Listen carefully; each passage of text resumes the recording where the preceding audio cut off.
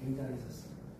이번에 정말 걱정을 많이 하고 기도를 했는데 정말 감사하게도 태풍이 우리 교회를 비춰서 송도도 광안리로 이렇게 가서 그 뉴스에 광안리 바닷가 사진을 보니까 너무 처참하더라고요. 송도도 그렇고 또 하나 감사한 것은 그 태풍의 속도가 늦었으면 아마 엄청난 피해가 있었을 거예요. 그런데 포항 쪽에서 속도가 늦어져서 포항에 참 엄청난 재해가 있어서 참 너무 마음이 아팠습니다. 저는 이번 사건을 보면서 늘 하나님 앞에 감사하지만 우리가 어떤 일을 앞에 놓고 기도할 때 하나님은 기도하는 그 한 사람을 보시고 재앙을 만나면 피할 길을 열어주시고 감당할 만한 힘을 주신다는 것을 다시 한번 확신하며 하나님 앞에 감사했습니다. 보세요. 첨단 장비가 태풍의 진로를 바꿀 수 있는 것입니다. 이번 태풍도 우리 한반도 쪽으로 올 것이 아니라 이상하게 꺾여서 이렇게 왔습니다. 물론 기상학적으로 여러 가지를 이야기할 수 있겠지요. 그러나 우리는 인간의 어떤 과학과 이성의 세계를 초월한 하나님의 보이지 않는 손길을 볼 수 있어야 하는 것입니다. 특별히 80년 만에 지난 8월 8일부터 9일에 이 강남의 시간당 100mm가 쏟아져가지고 이 물난리가 났잖아요. 참 2011년에도 강남에 그 우면산 산사태가 났었죠. 정말 1년에 내려야 될 비가 한꺼번에 내리니까 이런 엄청난 사태가 났고 이번 흰남노 태풍 때문에 이 포항은 시간당 110mm, 505mm 비가 왔습니다. 이런 엄청난 인간으로서 어찌할 수 없는 이런 상상하기 어려운 이런 피해를 입었습니다. 그래서 오늘을 가리켜 사람들은 성급하게 말하기를 재난이 시작이 됐다고 합니다. 예년에 보기 드문 이런 재난이 시작이 됐는데 근래 와서 이 재난이 일어나는 걸 보면 우리가 상상을 초월하고 규모를 초월하는 이런 재난들을 보게 되었습니다. 그래서 물이 무섭고 불이 무섭고 태풍이 무섭고 또 지진이 무섭고 사람이 악해지고 시대가 악해지다 보니까 하나님께서 만든 이 천지 만물이 이 생태계가 더더욱 악해져 가는 것이 아닌가. 좀 악하다는 말이 그렇지만 점점 이 생태계가 이상하게 변질되어 가면서 사람들에게 나타나는 이런 재앙을 볼 때 참 우리가 속수무책이요 어찌할 수 없는 인간 한계를 우리가 오늘 경험하고 살아갑니다. 자, 우리는 이런 시대 또 이런 재앙 이런 일들을 보면서 무엇을 생각해야 되겠습니까? 그 사건에서 주시고자 하시는 하나님의 메시지를 볼 수 있고 생각할 수 있어야 믿음의 사람입니다. 자주 언급합니다마는 평범한 사람들은 예술가의 세계를 몰라요. 그러니까 예술가는 평범한 사람보다 한 차원 더 높은 생을 살죠. 가끔 해안가를 지나다 보면 이 캔버스를 이렇게 받쳐놓고 그림을 그리는 사람들이 있습니다.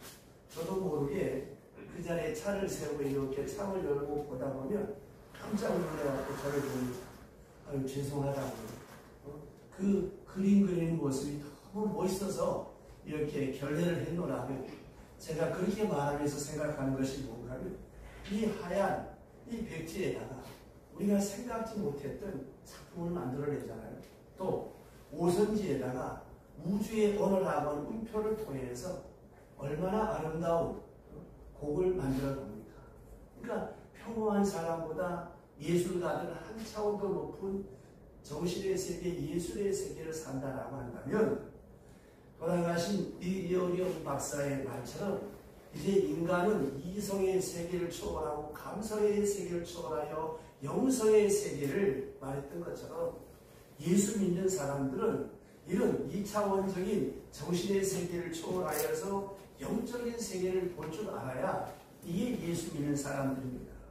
남들은 이게 우연이라고 뭐 기상학적으로 생태학적으로 말할 수 있지만 이런 일련의 사건을 통해서 우리는 우리에게 주시는 하나님의 메시지를 볼 수 있어야 하는 것입니다. 1973년 일본 작가 코마츠 샤코라고 하는 분이 일본 침몰이라고 하는 책을 썼습니다.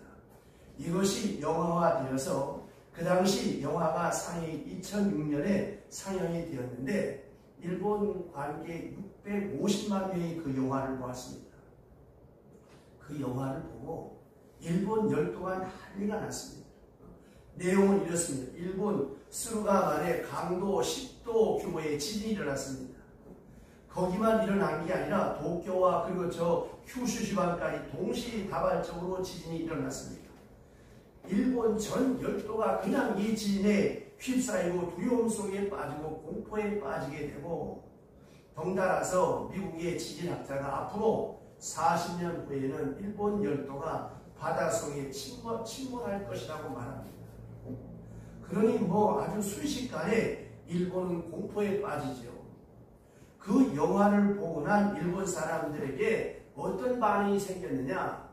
이민바람이 불기 시작했고 해외로 빠져나가고 일본을 탈출하는 행렬이 줄을 잇게 되었습니다. 가상의 영화지만 이것은 많은 사람들에게 메시지를 주는 그런 영화입니다. 우리나라에도 이런 영화가 있었죠. 해운대라고 하는 영화. 이 광안대교를 중심으로 해운대에서 지진이나 회의라서 덮치는 그 영화가 우리나라에도 상영이 되기도 했습니다. 자, 이런 비록 하나의 영화이지만 하나의 작가가 쓴 책의 내용이지만 우리는 여기서 뭘 생각해야 되겠습니까? 바로 이 자연재해에서 우리에게 주시는 하나님의 메시지가 무엇인가 하는 것을 우리가 피부적으로 느끼고 생각할 수 있게 되어지면서 참 인간의 삶이 이렇게 왜소하고 무력하구나 하는 것을 우리가 생각하게 됩니다. 오늘 아침에 함께 우리가 교독한 제가 자주 언급하는 시편 127편의 말씀. 건축가가 설계 잘하면 되는데 무슨 하나님이 필요하겠습니까? 성은 보천령이 정신이 바짝 차리고 지킬 때 무슨 하나님이 필요하겠습니까? 아침에 우리가 애쓰고 수고하면 다 되는데 뭘 걱정하겠습니까? 그러나 현실은 그렇지 않습니다.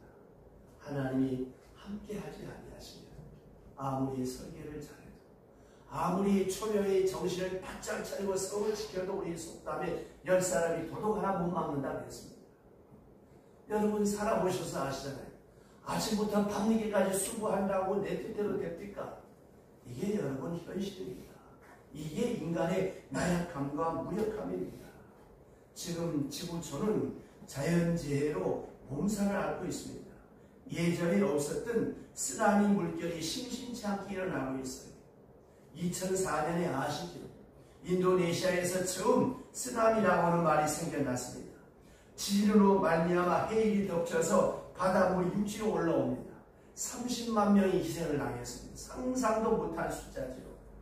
지금까지 그런 일은 있지 않았기 때문에 상상도 못하는 엄청난 피해가 있었습니다. 또 2008년에 이어서 지난 5일, 9월 5일입니다. 현지 시간 12시 52분에 6.8의 강진이 중국 스촨성에서 또 일어났습니다. 그래서 수만 명이 희생을 당했고 이번 9월 5일 날 스촨성에서 일어난 지진 때문에 65만 명이 사망을 했습니다. 또 2010년에 중남미 IT에서 지진이 일어나서 해일도 없이 순순히 지진으로 말미암아 50만 명이 희생됐습니다. 여러분, 이 50만 명이라고 하면 대도시 하나가 없어지는 거예요. 이 자연재해로 말미암아 어느 날 예측하지 못했던 이런 일들이 순식간에 사건으로 말미암아 엄청난 재앙으로 우리에게 다가옵니다. 그래서 이제는 물이 무섭고 불이 무섭고 지진과 태풍이 무섭고 우리의 상상을 초월한 이런 엄청난 일들이 우리 속에 일어나고 있습니다. 이런 일을 당할 때마다 사람들은 저마다 내심 하늘의 심판을 생각합니다. 그래서 하늘을 보게 되고 하늘의 심판이 아닌가를 생각하게 됩니다. 이 사건과 재해와 재난을 통해서 시대를 조명하게 되고 나 자신을 돌아보게 되는 것이죠. 일본의 이 지진이 일어난 이후에 도쿄 지사였던 이시라하라 산타로라고 하는 시의원은 선거 도중에 이 지진은 템파스다, 천벌이라고 했습니다. 하늘의 심판이라고 했습니다. 일본 정치 지도자 입에서 그런 말이 나왔습니다. 일본은 아시다시피 우상을 섬기는 나라입니다. 하나님도 모르는 이 도쿄지사 이시하라 산타로는 하나님을 모르는 사람이고 하나님과 상관없는 사람인데도 불구하고 이것은 하늘의 심판이라고 했습니다.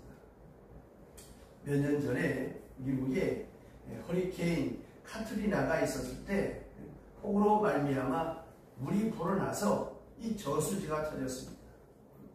물이 순식간에 뉴올리언스라고 하는 도시에 밀려들었습니다. 그 무서운 물결을 보고 그 당시 뉴올리언스의 시장인 레긴 낙인이 말하기를 이거는 하나님의 진노다 말했습니다. 아주 엄숙한 말이죠. 대자연의 재해를 그냥 본 게 아니에요. 우연의 사건으로 본 것이 아닙니다. 기상과 어떤 생태와 기후변화로 본 것이 아니라 하나님의 진노라고 했습니다. 왜 그랬을까요? 상상을 초월하기 때문에, 규모를 초월하기 때문에 사람들은 그때 종교심이 발로가 되는 거예요. 인간 저마다 마음속에 숨겨져 있던 종교성이 발로가 됐단 말입니다. 이 말은 무엇입니까? 하나님을 아는 사람이나 하나님을 모르는 사람이나 누구나 다 하나님의 형상으로 지음을 받았기 때문에 사람들은 이런 재앙과 이런 일련의 사건을 만날 때에 하나님을 생각하게 되는 것입니다. 하늘을 믿지 않는 사람들이 비로소 그때 하늘의 재앙이라고 하늘의 심판이라고 생각하게 되는 이것이 바로 우리 인간이 하나님께로부터 지음받은 피조물이라고 하는 것이지요. 오늘 주신 말씀, 이 에스겔서 38장의 말씀이 바로 그런 말씀입니다. 에스겔서의 말씀은 마지막 때에 나타날 환란의 모습을 그대로 보여주고 있습니다. 마지막 때가 되면 큰 지진이 일어날 것이고 그 지진으로 말미암아 사람들이 두려워 떨 것이고 지진의 여파로 산이 무너지고 성벽이 무너지고 절벽이 무너져 내릴 것이고 많은 비가 내릴 것이다. 이번 포항 그 사태 보셨죠? 학교 앞에 산사태로 무너져 내리는 것. 그거는 이 성경에 비하면 아무것도 아닙니다. 이 조그만한 태풍 하나에도 여러분 이렇게 처참하게 무너져 내립니다. 그래서 오늘 우리가 함께 나누어 읽었던 마태복음 24장에 넘어와서 보게 되면 예수님이 그 제자들과 함께 호젓한 시간에 이제 예수님께 질문을 하는 내용이 바로 마태복음 24장에 나와 있는 말씀입니다. 주님, 마지막 때는 무슨 일이 일어나겠습니까? 그때 주께서 대답하시기를 곳곳에 지진이 일어나고 기근이 일어나고 전염병이 만연할 것이고 하늘의 징조가 있으리라. 마태복음 24장 7절과 마가복음 13장 8절 그리고 마가복음 13장 33절에 그러므로 너희는 깨어 기도하라 말씀합니다. 자, 우리는 이런 재앙 앞에서 인간의 나약함을 생각하게 됩니다. 저는 이번에 이런 일련의 사태를 보면서 두 가지를 생각했습니다. 첫째가 이렇게 과학이 발달하고 지식 정보 사회에 살고 AI라고 하는 인공지능 로봇이 지금 이렇게 우리의 생활을 돕는 이런 세상을 살아감에도 불구하고 인간에게는 여전히 한계가 있다. 무지하다. 아무 생각 없이 그냥 태평하게 잠을 자다가 이 사태를 만나 목숨을 잃기도 하고 물이 가득 찬 도로를 지나다가 맨홀에 빨려 들어가기도 하고, 이 사람들이 이렇게 참 연약함에 비해서 이 곤충들이나 짐승들은 재난이 오면 이걸 미리 감지해서 그 자리를 다 뜬다고 하지 않습니까? 해일이 일어나기 전에 이 짐승들이 제일 먼저 안다고 하지 않습니까? 그런데 사람들은 오늘 첨단의 세상을 만들어가고 있지만 이걸 감지하지 못하고 환난을 당하는 참 인간이 무지하지요. 포항 그 주차장 사태를 보세요. 얼마나 여러분 가슴 아픕니까? 참 우리가 과학을 말하고 전초로와 그리고 어떤 첨단적인 시스템을 말하지만 어떻게 보면 인간처럼 무지한 존재가 없는 거예요. 교만해서 아무 일이 없을 때는 우리가 하늘의 별이었다는 것처럼 그렇게 생각하지만 막상 여러분 어떤 일이 생겨보세요. 아무것도 알 수 없습니다. 보세요. 첨단 기상 장비를 갖다 놓고 일기예보를 하는데 전 지역을 샅샅이 뒤져보면서 낸 결론이 뭐예요? 95% 적중했다고 자랑하지만 차라리 장마 끝났다고 말이나 하지 말 것이지. 끝났다고 말하고 나서 그만 일주일 만에 또 비가 오고 태풍이 오잖아요. 여러분 이게 뭘 말하는 것입니까? 아무리 과학이 발달해요. 아무리 의학이 발달해요. 아무리 시스템이 좋고 사람들의 머리와 지성과 지각이 뛰어나도 사람으로 할 수 있는 일이 있고 할 수 없는 인간 한계가 있는데 그래도 불구하고 인간은 교만하고 거만하여서 하나님의 메시지를 외면하며 살아갈 때가 많다는 것입니다. 또 하나가 인간의 운입니다. 보세요. 이런 자연재해가 밀려오는 그 앞에서 우리가 할 수 있는 일이 무엇입니까? 기껏해야 그 해일을 막는 차벽을 설치하는 것 외에는 뭐가 있습니까? 저 마린시티에 앞에 막 합판을 갖다 놓고 다 막았지만 그냥 한 방에 무너지고 말았습니다. 그냥 우리는 바라보고 비명을 지를 수밖에 없는 게 속수무책입니다. 천재 수학자인 파스칼은 그에 져서 황새에서 이런 말을 합니다. 자연이 인간을 죽이기 위해서 굳이 무장할 필요가 없다. 물 한 방울이면 끝난다 그랬어요. 인간이 이렇게 교만할 때 자연이 세상에 재해를 주고 인간에게 환난을 주는데 자연이 무장할 것까지 없다는 거예요. 일부분 지극히 일부분에 물 한 방울만 활용해도 얼마든지 세상의 재앙을 안겨줄 수 있다고 하는 말입니다. 그동안 우리는 너무나 이 생태계와 환경을 파괴하며 살아왔습니다. 두려움 없이 개발에만 치우쳤고 여기에 대한 아무런 대비가 없었습니다. 그러니까 보세요. 이 생태계가 지금 철저하게 반란을 일으키고 어떤 의미에서 우리 인간에게 보복을 하잖아요. 지금 우리가 쓰는 페트병 플라스틱을 버린 이것이 어떻게 돌아오느냐. 심지어 돌고래 뱃속에까지 들어간 이것이 우리에게 환경오염으로 우리의 건강을 저해하는 것으로 다가오고 있습니다. 무지하게 버리는 생활 폐수, 무지하게 버리는 페트병 플라스틱, 이런 인간의 어떤 개발 제품이 철저하게 인간을 보복하는 거예요. 그러니까 이런 생태계가 파괴됨으로 말미암아 하나님께서 만드신 이 천지 만물이 몸부림을 치니까 엄청난 지진과 태풍과 해일로 일본에 있었던 그 지진으로 인해서 지구축이 2.5cm 얼마 안 되죠. 그리고 한국 지역에 그저 5cm 정도 움직였다니까. 그런데 만약에 어느 날 여러분 1m만 움직여 놓았다고 생각해 보세요. 어떤 현상이 벌어지겠습니까? 2.5cm만 건드려도 이 난리인데 1m만 옮겨놨다면 어떤 현상이 일어나겠느냐 말입니다. 우리는 이런 때 생각해야 됩니다. 이 세상의 주인은 인간이 아니요, 이 세상의 관리자는 인간이 아닙니다. 이 세상의 주인은 여전히 하나님입니다.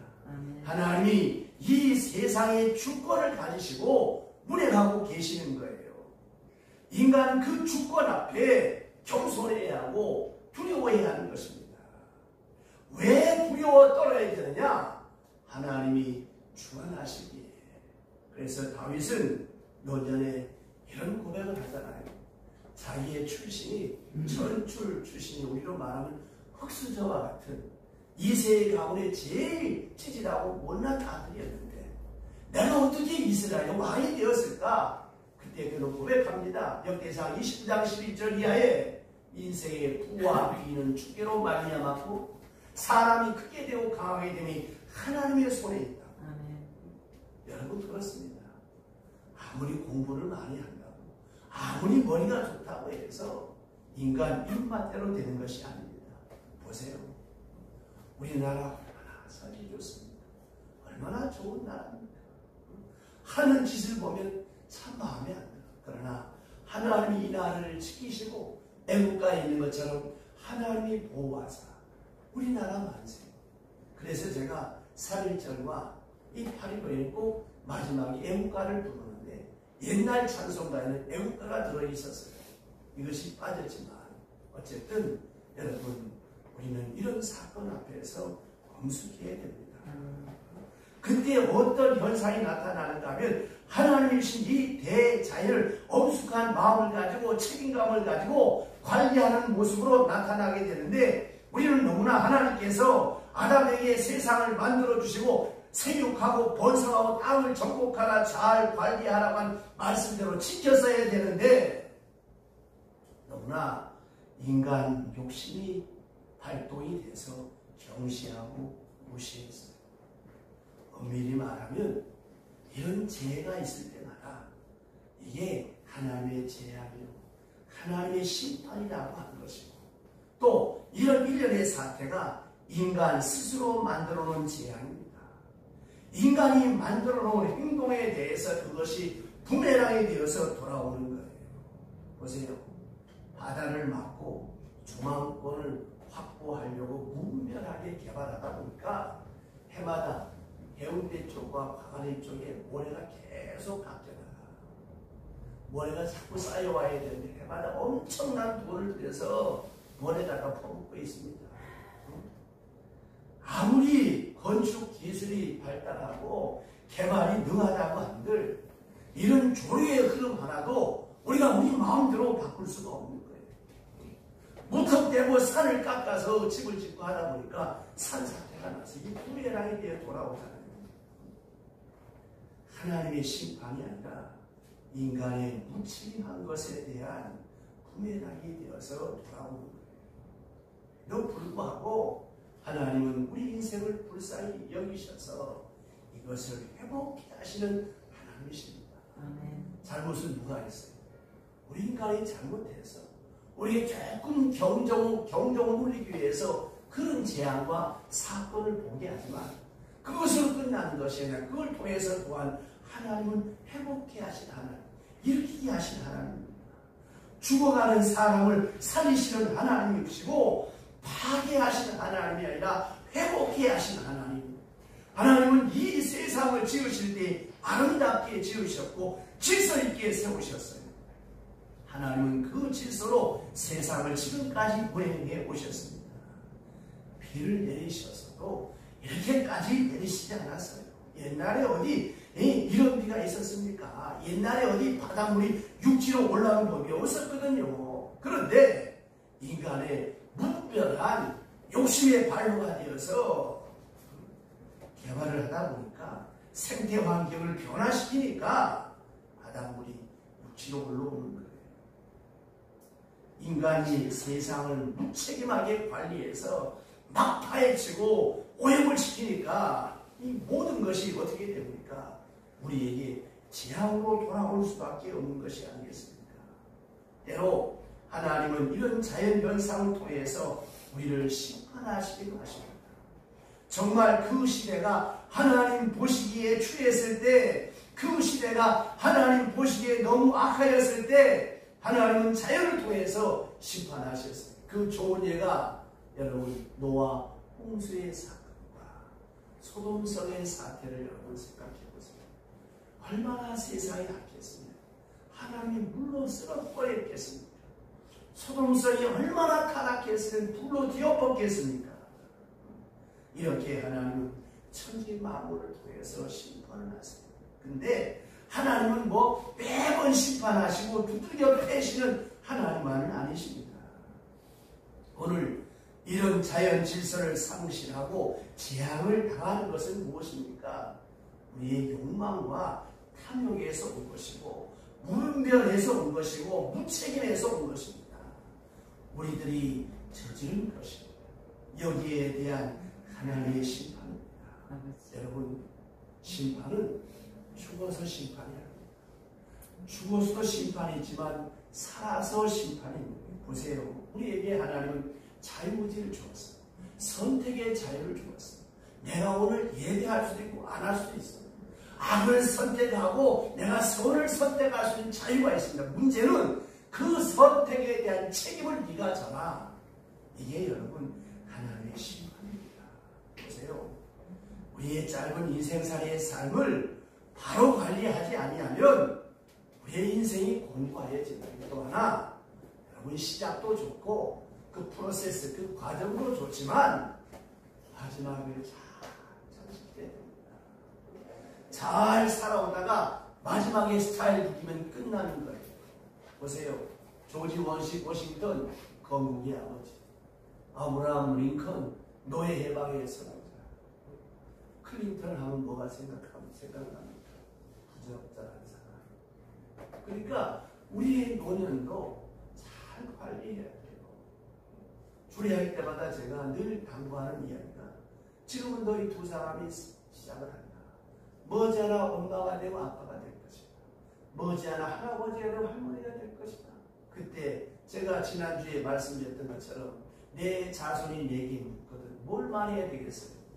우리가 애굽의 노예 살이할 때 하나님의 은혜로 구원받았던 것처럼 내가 하나님을 모르고 무지하게 살아갈 때 하나님은 어떤 사건을 통해 나와 예수를 알게 하고 하나님을 믿게 했다. 하나님을 믿고 내가 오늘까지 살아왔다. 내가 이제 부탁한다. 하나님만을 잘 믿어라. 그럼 하나님이 재앙을 명케 할 것이고 너희를 형통케 할 것이고 복되게 할 것이다. 이걸 대답하라고 제가 지난주에 말씀드렸잖아요. 마지막이 무엇이 있어야 되는 거예요? 여러분, 우리의 불행이 어디서 오는 것입니까? 우리의 욕심과 우리의 교만과 우리의 악함에서 오는 것이 아니겠습니까? 그러므로 말입니다. 우리에게 되어진 모든 일련의 사건들 속에서 우리는 좀 더 온경솔하게 우리에게 주어진 삶을 성실하게 살아가야 된다고 하는 것입니다. 더더욱 중요한 것은 이 세상에 공짜는 없다고 하는 것입니다. 반드시 땀 흘린 것만큼 수고한 것만큼 거두게 되어져 있는 거예요. 여러분, 믿음 생활 여러분 잘하시기를 바라요. 어차피 우리 머지않아 다 하나님의 심판대 앞에 설 거예요. 재림 없는, 부활 없는 신앙생활이 무슨 의미입니까? 부활 없는 십자가가 무슨 의미가 있어요? 우리가 오늘 이렇게 하나님 앞에 나와 예배하는 이유가 무엇입니까? 하나님 앞에 섰을 때 내 모습을 생각하면서 그날을 생각하면서 오늘 이 땅에서의 삶을 천국 지향적으로 살아가야 되는 것입니다. 그렇게 살지 아니하면 나중에 불행하게 되어집니다. 두꺼운 일을 당하게 되는 것입니다. 그러니까 여러분, 오늘의 이런 일련의 제안들을 한번 생각해 보세요. 이런 불행이 불행하기도 한 거지만 이걸 뒤집어 보면 이런 불행이 오늘을 살아가는 사람들의 그 이기주의, 자기만 아는 이 이기주의에서 또한 벗어나서 이런 재앙과 일련의 사태를 통해서 뭘 생각하게 합니까? 인류애를 발휘하게 하는 그런 역할도 하는 거예요. 순기능이 있다는 것이죠. 앞으로 재앙이 계속될 텐데 이 재난 후에 복구하려고 하는 그런 욕망이 또 발로가 되어집니다. 그때 보면 그 재앙을 만난 곳에는 오늘도 보세요. 수해 복구 현장에 재앙과 상관이 없는 사람들이 자원봉사자로 몰려오고 가지고 있는 걸 나누고 구호품을 주고 자원봉사자들이 뭐 일당을 받는 것도 아닌데 땀 흘려 수고하고 이웃의 아픔을 함께 나누려고 하는 이런 인류애가 이웃의 정신이 이게 일어나는 걸 볼 때 얼마나 아름답습니까?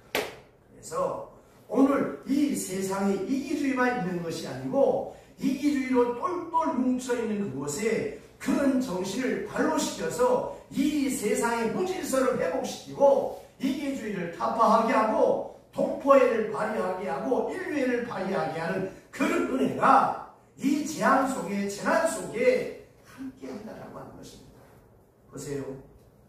일본에 지진이 났을 때 재난을 당하고 원전이 파괴되고 유출되는 그 엄청난 환란이 있을 때 생각해 보세요. 이게 어디 일본 한 나라의 환란입니까?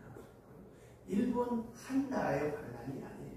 그 환란은 곧 우리의 환란입니다. 그 당시 방사선이 유출될 때 그 나라만 유출되는 것이 아니라 우리까지도 피해가 오잖아요. 이제는 이웃이 단순한 이웃이 아닙니다. 이웃의 불행은 나의 불행이고 이웃의 행복이 나의 행복이고 이제는 공동 운명체를 가지고 살아가는 거예요. 내가 운전을 잘못하면 나만 화를 당하는 것이 아니라 나와 상관없는 어떤 사람들이 피해를 입게 되는 거예요. 그래서 오래전에 나온 책 가운데 레드오션, 블루오션이라는 책이 베스트셀러가 되었어요. 옛날에는 피바다에서 돈을 벌었어. 상대방을 짓밟고 죽여야 내가 산다고 했는데 그렇게 해보니까 다 자멸하고 말더라는 거예요. 그래서 블루오션, 저를 살려야 내가 산다고 하는 거예요. 보세요. 저 중국에서 날아오는 이 황사가 고비 사막에서 날아오는 황사가 이게 어디 중국만의 문제입니까? 이게 몽골만의 문제입니까? 아니잖아요. 그래서 몽골에 우리나라에 가서 지금 나무를 심고 있지 않습니까? 이 바람이 한국으로 넘어오고 일본으로 넘어가고 하와이로 가고 마침내 북미 대륙까지 날아가는 거예요. 글로벌 빌리지입니다. 글로벌 시대. 지구촌 시대인데 일본의 자연재해가 우리를 그냥 강 건너 불구경하듯이 볼 수 없는 그런 사건이라고 하는 것이죠. 보세요. 중국이 1년에 나무젓가락 만드는데 450억 개비를 만들어내요. 그런데 이 450억 개비의 이 나무젓가락을 만들려면 대나무, 물풀의 나무, 자작나무 이런 나무 2,500만 그루가 소비되어져야 이 젓가락을 만드는 거예요. 그럼 2,500만 그루가 되려면 그럼 여러분 생각해 보세요. 얼마나 이 삶이 사막화되겠습니까? 25,000그루의 나무를 베어내니까 어떻습니까? 황폐화가 되죠. 사막화가 되죠. 그래서 저 중국 서북부에 있는 신장 외리의 사막과 몽골 고비 사막 거기서 막 바람이 불어오는 거예요. 뭐 먼지만 날아옵니까? 먼지 속에 중국 공장의 그 굴뚝에서 뿜어내는 중금속의 입자 아우산 가스와 함께 저주의 바람이 이 땅까지 불어오는 거 아니에요. 그러니까 이웃을 잘 만나야 됩니다. 이웃이 복을 받아야 내가 복을 받는 것입니다. 이웃이 환난을 당하면 나도 환난을 당하는 거예요. 이웃이 건강하면 나도 건강한 것입니다. 그래서 우리가 조금 눈을 넓게 뜨고 크게 뜨면 이 세상 모든 사람은 다 나와 상관없는 사람이야. 다 상관 있는 사람입니다. 지구촌 시대입니다. 그들이 복을 받아야 내가 복을 받는 거예요. 그러니까 우리도 이 재난 받는 곳에 많은 사람이 뛰어가잖아요. 지금도 보세요. 수해 현장에 얼마나 많은 자원봉사자들이 달려갑니까? 일본이 재난을 받을 때 그 나라는 우리에게 아픔을 준 나라잖아요. 생각해보면 마음속에 앙금이 남아있고 감정도 안 좋지만 그 나라 사람들이 환난을 당할 때 제일 먼저 우리나라 사람들이 그 발굴팀이 찾아갔고 구호팀이 갔어요. 우리 영재가 119에 지금 일하고 있는데 여러분 보세요. 그 119 대원들 얼마나 여러분 고맙습니까? 심지어 1992년부터 일본 대사관 앞에서 우리나라 위안부 할머니들이 1월부터 데모하기 시작했어요. 매주 수요일마다 일본은 사과하라 사과하라. 들은 척도 아니에요. 그런데 피켓을 들고 일본은 사과하라고 데모를 했는데 일본의 그 지진이 터지자마자 피켓을 싹 뒤로 돌려가지고 뭐라고 썼느냐? 힘내라 일본. 이걸 써가지고 위안부 할머니들이 일본 힘내라고 성금을 걷어서 일본에 전달을 했는데 일본 사람들은 아무 반응이 없어요. 그럼에도 우리는 그랬습니다. 그러니까 우리 민족이 참 슬기로운 것이죠. 슬기로운 것뿐만이 아니라 인류애를 발휘하는데 남다른 은혜가 있는 것이죠. 사건은 불행한 사건이지만 그런데 하늘은 우리에게 그 마음을 발로시키는 자꾸 세상이 삭막해 가는데 인류애를 발휘하게 하고 서로 함께 살아가게 하고 그리고 이웃의 개념을 새롭게 적용하게 만들어가게 되는 것이죠. 오늘 우리는 이럴 때 이 종말과 재림을 생각해야 되는 것입니다. 성경에 주시는 메시지가 바로 여기 있습니다. 이 세상에서 벌어지는 사건과 사고, 재해들 그냥 보고 넘기면 의미가 없는 것입니다. 그 사건은 오늘 이 시대에 나에게 무슨 메시지를 주는가를 생각할 줄 알아야 합니다. 여러분, 어디 자연재해뿐입니까? 저와 여러분이 당하는 일련의 모든 사건 속에서 하나님은 나에게 무엇을 말씀하시는가를 생각해야 돼요. 스위스의 신학자인 칼바르트는 그 시대를 살아가는 사람의 당부하기를 한 손에는 성경을, 한 손에는 신문을 들고 세상을 보라 그랬어요. 성경에서 말한 마지막 시대의 모습을 생각하고 신문에 나타나는 마지막 시대의 모습을 견줘보면서 때가 가까웠음을, 시기가 가까웠음을 하늘이 주는 메시지를 듣고 분별하라고 하는 것입니다. 굉장히 중요한 교훈입니다. 사람들은 재앙 앞에서 큰 사건과 사고 앞에서 그동안 잊어버렸던 것을 생각하게 됩니다. 종말을 생각하게 되고 하나님의 섭리를 생각하게 됩니다. 더 나아가 역사의 주관자이신 하나님이 왜 이런 사인을, 이런 사건을 주신가를 생각하게 됩니다. 그래서 자기를 회복하는 계기로 삼게 되는 것이죠. 그래서 양심을 회복하고 삶을 수정하게 되고 그리고 현실을 직시하게 되는 것입니다. 오늘 본문이 바로 그걸 말씀하는 거예요. 그리고 마태복음 24장 3절과 8절 그리고 42절에 보면 세상 끝날 날의 징조에 대해서 예수께서 물었습니다. 그때 주께서 말씀하시기를 곳곳에 지진이 일어나리라 기근이 일어나리라 하늘에 징조가 있을 것이다. 그러므로 너희는 깨어 기도하라. 그리고 그 말씀 뒤에 25장 마태복음 25장에 무슨 비유를 말씀하시는가 하면 열처녀의 비유를 말씀합니다.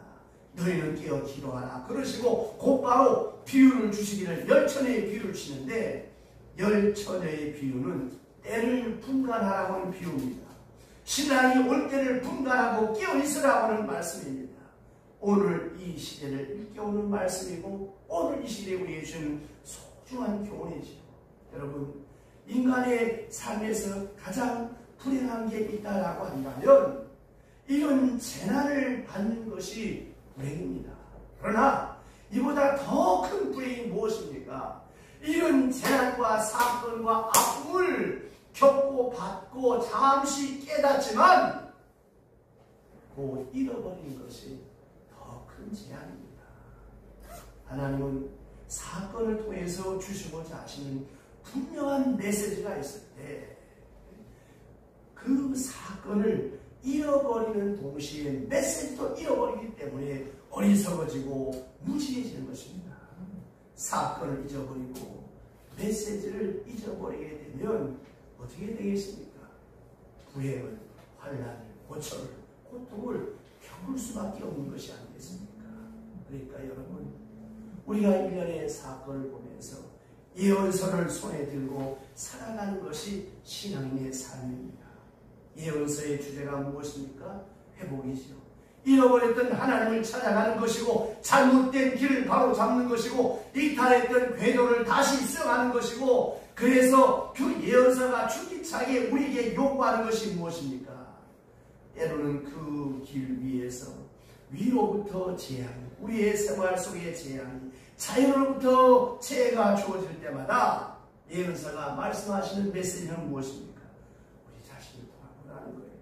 잃어버렸던 궤도를 되찾고 상실했던 감각을 되찾고 까맣게 잊어버리고 있었던 하나님의 종말에 대한 것을 되새기고 그 재난 앞에서 우리로 하여금 깨어있어 기도하라고 하는 하나님의 신령한 메시지를 우리에게 주시기 위한 것입니다. 이 은혜가 함께 하시기를 주의 이름으로 축원합니다.